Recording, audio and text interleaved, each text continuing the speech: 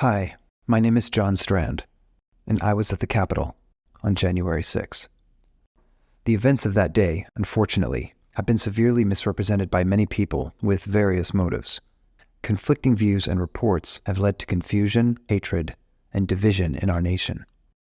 While I can't correct all of that here, what I can do is give an honest and accurate account of my own thoughts, intentions, and actions during the course of my entire journey through the Capitol building that day.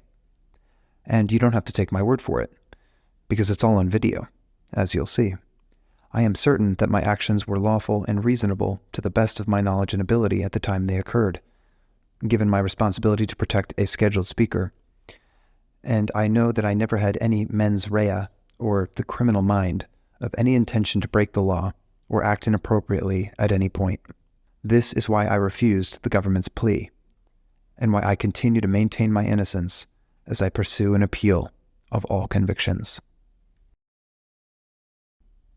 After attending the morning event at the Ellipse, we slowly made our way through the massive crowds towards the Capitol.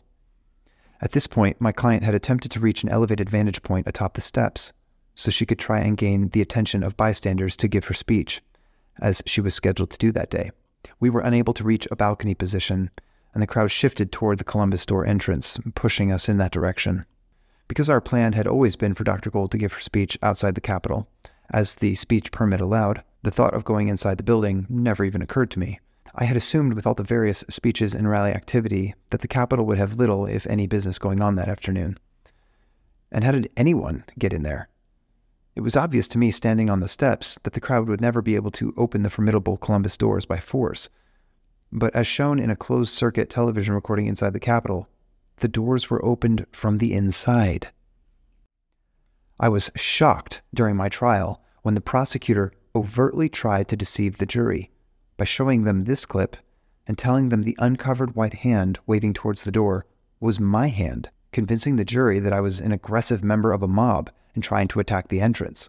But I was wearing black gloves the entire day, which the prosecutor knew, or should have known, making this an obvious falsehood. The truth is, I was just stuck there in what had become a packed and energetic crowd. I clearly remember wishing I could extricate Dr. Gold from that crowd, but that was impossible. It was very dense, as this video clearly demonstrates. In fact, it was so dense that when a police officer, who we couldn't see at first because he was behind a corner, became lightheaded and suddenly appeared from around the corner, my client was startled. The officer stumbled to our left as we were being pushed forward towards the doorway. He fell into the crowd and was immediately in the middle of a circle of people who quickly lifted him back to his feet. It happened very quickly, and he was surrounded by others so fast that we never had time to react. We certainly did not ignore or walk past someone that we knew to be injured, as the government maliciously claims. As this officer passed by and fell, I instinctively caught hold of my client in response to the surrounding crowd suddenly shifting, as you can see in this photo. What you can't see in this photo is the officer being assaulted, because he wasn't. The video clearly shows the officer simply fell down, and the crowd immediately reached down to assist him, pulling him back to his feet and stabilizing him as he regained his breath, while bystanders yelled, "Get him up!" But once again, the prosecutor misrepresented this and made a false claim that the officer was assaulted in front of us. This is not true, and it's a very concerning false accusation. We later realized just how blatant this falsehood was, after reading the officer's statement given to the FBI only a few days after the event. Quote, Pollitt stated that he then blacked out. When he regained consciousness, he was no longer in the door foyer area and still had possession of his baton. Pollitt did not seek medical attention.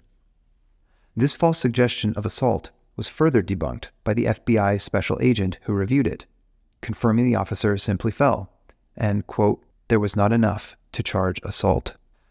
Now, prior to this, the crowd was very loud and excited, but I didn't detect anger or violence until suddenly a flashbang exploded, panicking the crowd, who became agitated by the noise and smoke as they were further provoked. From my vantage point, I didn't see any specific violence by the crowd that precipitated or justified this attack. But I was also smushed from all sides and unable to see much or to get away. When the doors swung open from the inside and the crowd surged in, the only safe option was to move forward, which I instinctively did to guide my client to safety, away from that bottleneck. The force propelling us through the door caused us to stumble at the threshold, and I had to catch my client from falling, and then firmly guide her straight ahead to get away from the turmoil at the door. I immediately noticed there were many other people already inside, and that included a number of uniformed police officers.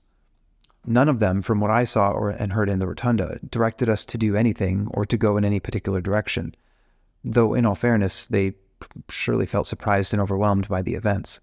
We did as well. As a result, and to keep going away from the chaotic entrance, we followed people walking in front of us into the main public hallway. We weren't familiar with the layout of the building and had no idea how to exit through any other public door or hallway, so we just followed other people in front of us. For the most part, we saw people walking through the velvet ropes, taking selfies and photos. Someone even picked up the stanchions that someone else had knocked over. So at this point, we weren't really sure what was happening, but it seemed like the police had opened the building for the crowd to pass through, because they'd clearly entered from multiple entry points. Inside the cavernous building, it felt at first almost eerily calm and surreal, and we knew it was impossible to get out the way we had entered. At this time, the people we observed seemed calm and respectful of the building. Of course, in the months following January 6, we've all seen selective footage of certain times and places where violence and damage did occur, but I didn't experience that myself during my time inside the building. There were many protesters, and of course some were shouting and chanting, which made the environment very noisy, with echoes reverberating throughout the stone building. But this all seemed like typical protest activity. We continued between the ropes, really just following other people in front of us as they snapped photos and took in the historical sites, and we also kept an eye out to find a safe public exit. We still had no idea where anything was located in the building, and we purposefully avoided any side doors or smaller hallways that seemed inappropriate for the general public. I was always scanning ahead, trying to figure out what was happening, as you can see throughout this video. I was also making sure to stay close to my client. As we got stuck in another bottleneck, and I was unable to discern any clear organization, we eventually got swarmed by the growing crowd size in that hall, and then it surged forward, pushing us ahead toward another hallway that funneled us into a vestibule.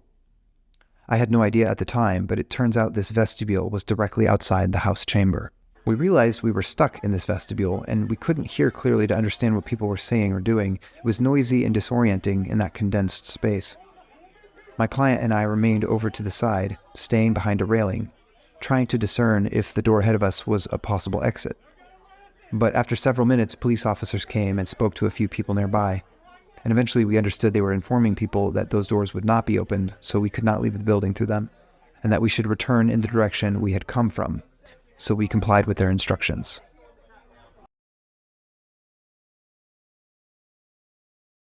At this point, we realized we were essentially stuck somewhere in the middle of the building, after making several attempts in multiple directions to find an exit.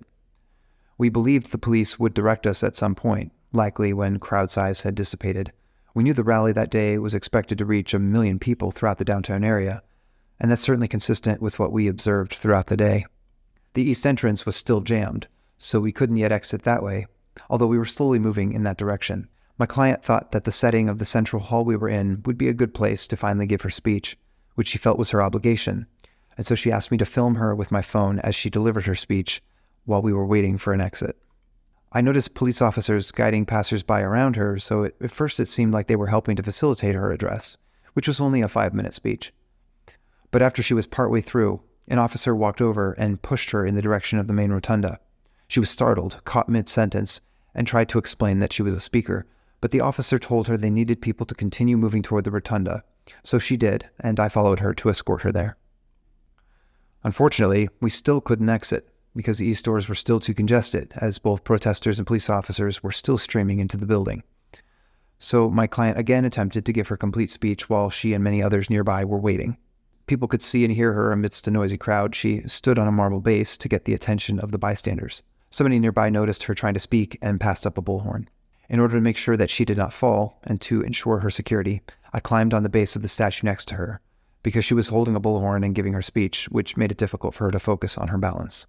Numerous police officers passed by us without giving any instruction, as Dr. Gold gave her complete speech and even took a few questions. After finishing, we stepped down and just continued waiting for a few minutes, until a police officer came over and said that the east entrance was now expected to be accessible, and that we should make our way in that direction. So we thanked him and headed for that door, as he instructed.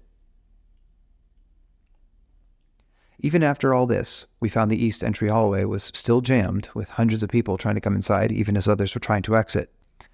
We waited our turn within the crowd there for nearly 15 minutes before we could find space to squeeze through and get outside.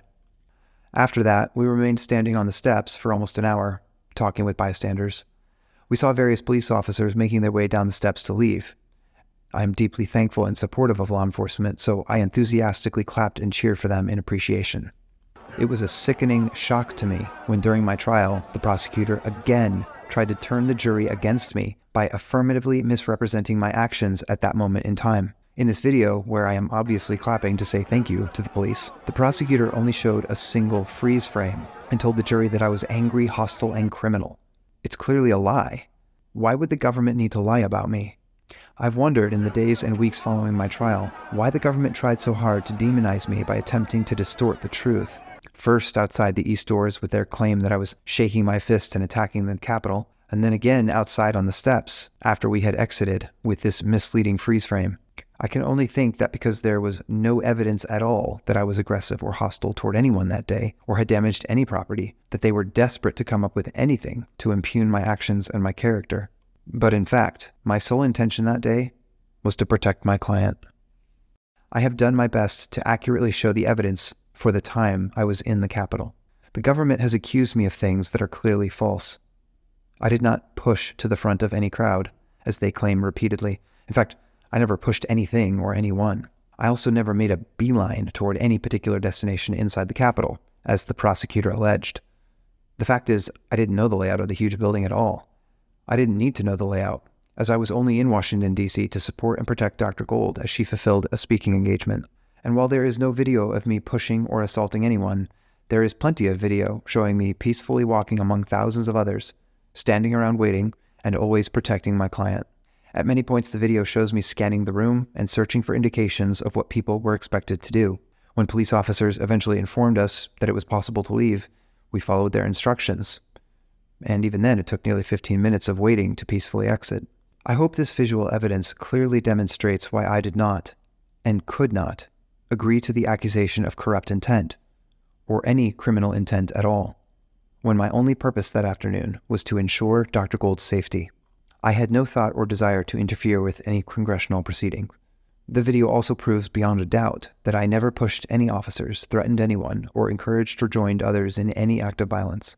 Throughout my time in the Capitol, I was completely peaceful, and it is shameful that I have to prove my innocence when the evidence of it was so clearly seen on the government's own video.